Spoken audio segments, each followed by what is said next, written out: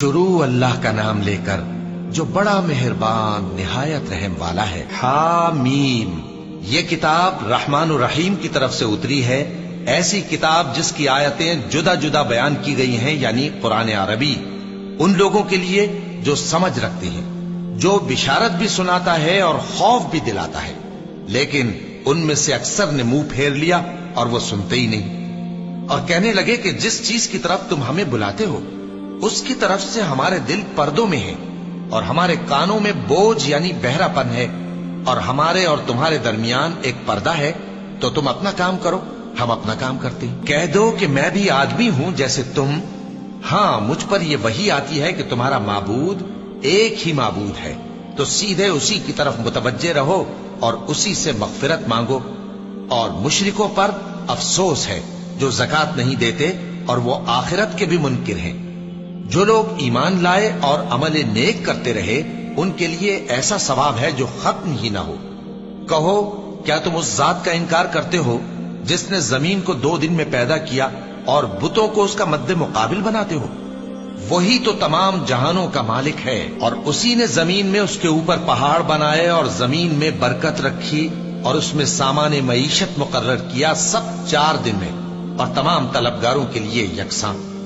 फिर वो आसमान की तरफ मुतवज्जे हुआ जबकि वो धुआं था, तो उसने उससे और जमीन से फरमाया कि दोनों आओ, खा खुशी से खा नाखुशी से।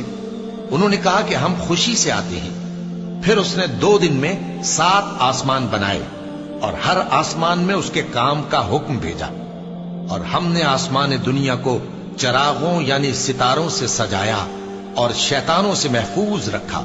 ये उसी जबरदस्त बाखबर के मुकर्रर किए हुए अंदाजे हैं। फिर अगर ये मुंह फेर लें तो कह दो कि मैं तुमको ऐसी चिंगाड़ के अजाब से आगाह करता हूं जैसे आद और समूद पर चिंगाड़ का अजाब आया था, जब उनके पास पैगंबर उनके आगे और पीछे से आए कि अल्लाह के सिवा किसी की इबादत न करो। तो वो कहने लगे कि अगर हमारा परवरदिगार चाहता तो फरिश्ते उतार देता, सो जो तुम देकर भेजे गए हो हम उसको नहीं मानते। अब जो आद वाले थे वो नाहक मुल्क में तकब्बुर करने लगे और कहने लगे कि हमसे बढ़कर कुव्वत में कौन है।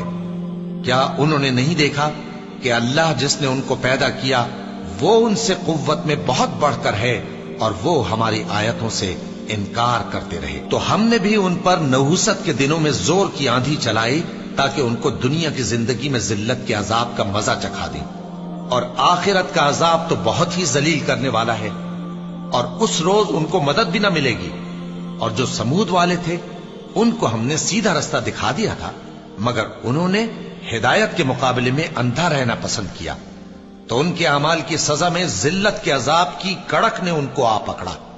और जो ईमान लाए और परहेजगार रहे उनको हमने बचा लिया।